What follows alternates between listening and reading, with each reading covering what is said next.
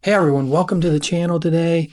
We're diving into real estate strategy called BRRRR, which can help you build wealth and potentially achieve financial freedom.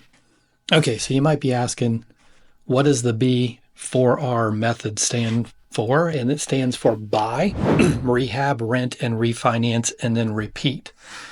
So it's a way to acquire rental properties, improve them, then generate income, and then free up capital to buy more properties. But before we jump into the details, let's talk about setting goals. So imagine having the option to work whenever you want, not because you have to.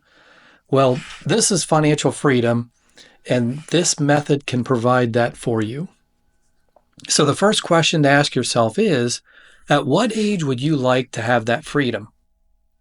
So next, you also want to consider how much monthly passive income would you need to live comfortably and debt-free. So to show you this, let's use an example. So say you want this freedom at the age of like 50, and you want a very high monthly income of, let's say, $22,500. Now we need to figure out how many rental properties would be needed to achieve that. If your average rent per unit, let's say it's going to be $1,500, we need around 15 properties to generate that desired income. And you need to ask, why is this your why? Why strive for this financial freedom? And maybe it's about spending quality time with your family, or maybe it's you want to do traveling, or simply just doing other passions without work limitations. Whatever your reasons, having a clear why fuels your motivation. Okay, so how do we get started with this method and this strategy? So you want to focus on accumulation phase first. Here the goal is to acquire properties, not necessarily pay them off right away, and then you focus on building your rental portfolio. So to achieve this, you need two key elements that are going to be crucial, right? The first one, you'll need capital to buy the properties. And then second, you need really good credit, and this will be essential to securing favorable financing. All right. So we talked about why building a rental portfolio with this method is appealing, but before you jump in, let's address two crucial factors: credit score and income. So credit score is king. For the best interest rates on your property purchases, you'll ideally aim for a credit score of at least 720 or higher. Now, maintaining a low debt to income ratio also helps demonstrate your financial responsibility to lenders. So you want to be boosting your income, and if you're already earning well, that's great. However, some of you might need to get creative, and you need to consider options for increasing your income streams. Maybe you can just do a side hustle or freelance work or even starting a small online business. The more money you bring in, the faster you can acquire these desired rental properties and the better off you'll be. Okay, let's talk about the first-time homebuyer advantage. So if you haven't owned a home before, there's good news out there. There's this program that exists that allows you to purchase your first property with a down payment as low as 3.5% to maybe around 5%. There's another strategy out there called house hacking strategy.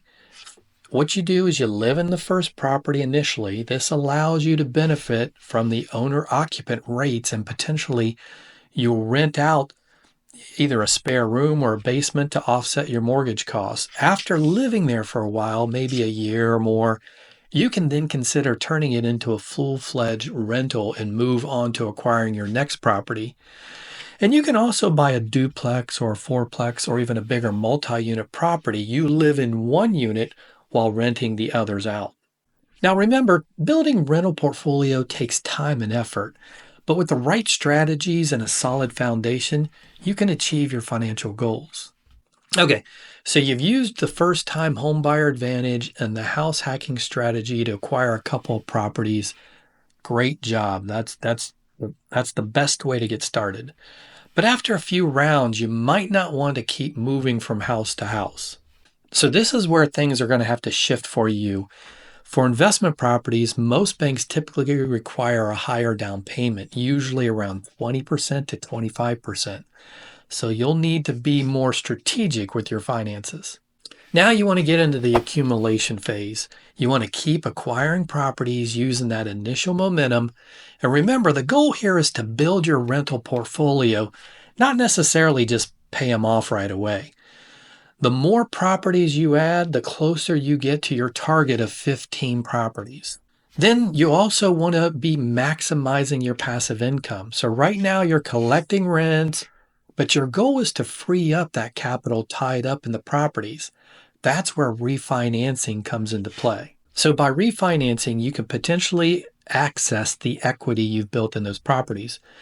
This freed up capital can then be used as a down payment on your next investment property. Now remember, the ultimate goal is to have these 15 properties generate enough passive income to cover your expenses. But to get there, we need to strategically use the refinance phase. All right, so you've built your 15 unit rental portfolio. Now the question becomes, do you pay off all the properties and do you pay off the mortgages? Now, this sparks a big debate in real estate investing, leverage versus payoff. There's no one-size-fits-all answer. It depends on your specific situation. I personally have all mine paid off but one. That's just me.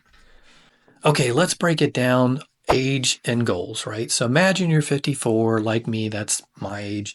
You're nearing retirement. You want enough passive income to give you work freedom. So if you keep leveraging and buying more properties with smaller returns, it might not translate to the desired passive income. Okay, leverage can be powerful, but it also comes with debt. Now, while some investors prioritize maximizing property count, there's value in peace of mind. Imagine being in your 50s and 60s and still managing significant loans. Wouldn't feeling financially free be more appealing to you? That's what I did, and that's personally what I believe. So the freedom factor, right? So this BRRRR strategy can be a tool to achieve financial freedom. Ideally, by your 50s and 60s, you should be able to enjoy life, travel, pursue passions without work limitations. So that's the true freestyle spirit we should all strive for. Okay, so we talked about building up to the 15 unit rental portfolio and then the benefits of potentially paying them off. But what if you're young and ambitious and aiming for more? So here's two other options if you're really hungry to build a larger empire. Option one, just keep expanding. You've hit 15 properties, but the fire is still burning in you. If you have good income coming in, just keep pushing, buy property 16, 17, 18, and just build as big of empire as you want. Okay, option two, strategic sell-off and payoff. So let's say you've reached 20 or 25 properties.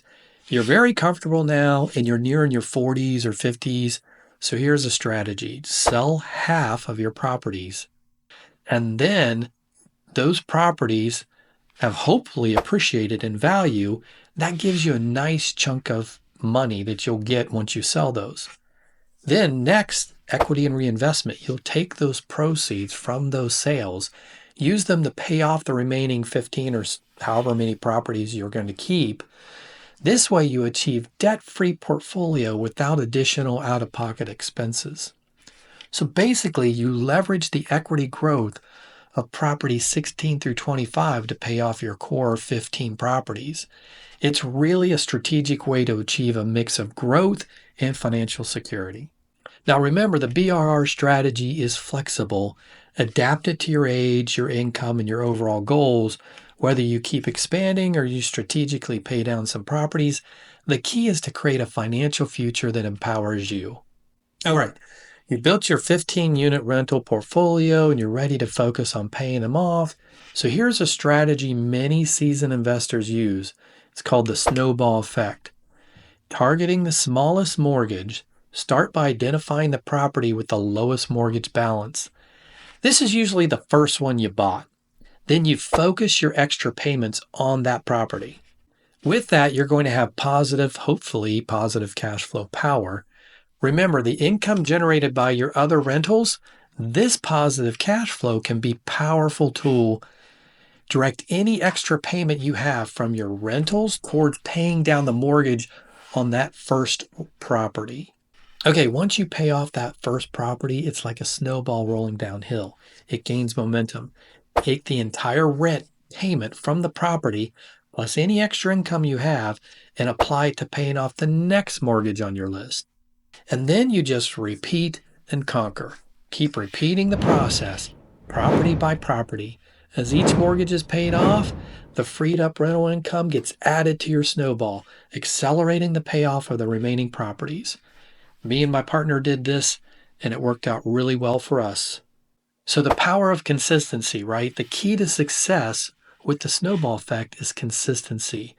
Make those extra payments a priority, and you'll be surprised how quickly you can pay off your properties entirely.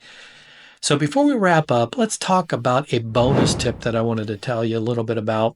I've talked about it on other videos, and you can really save a ton of money when paying off your properties. And that is called making extra principal payments on your mortgage. So imagine you have a $300,000 mortgage with a 6% interest rate at 30-year loan, right? Your monthly payment would be around $1,800, which includes both principal and interest. Here's the magic of extra payments, right? So one extra payment a year, just one additional principal only payment at the end of the year can shave off almost 6 years from your loan, save you over $76,000 in interest. And then if you do extra payments every quarter, and you're making 4 extra principal only payments each year, one per quarter, this could save you a whopping $176,000 in interest, knocking off 13 to 14 years of your loan. And then if you want to go all out and do monthly extra payments, consider making a principal-only payment just every month along with your regular payment. This can save you a staggering $276,000 in interest and shorten your loan by 21 years. So by making extra payments, you put your money towards your principal balance up front, which reduces the total amounts you owe over time. This translates into significant interest savings. So remember, consistency is the key. Even small extra payments here and there can make a big difference in the long run. So if you're thinking about paying off your properties faster, consider this powerful strategy. So hey, if you found this video helpful, give it a thumbs up and hit the subscribe for more videos on wealth building and making money, and let us know your thoughts in the comments.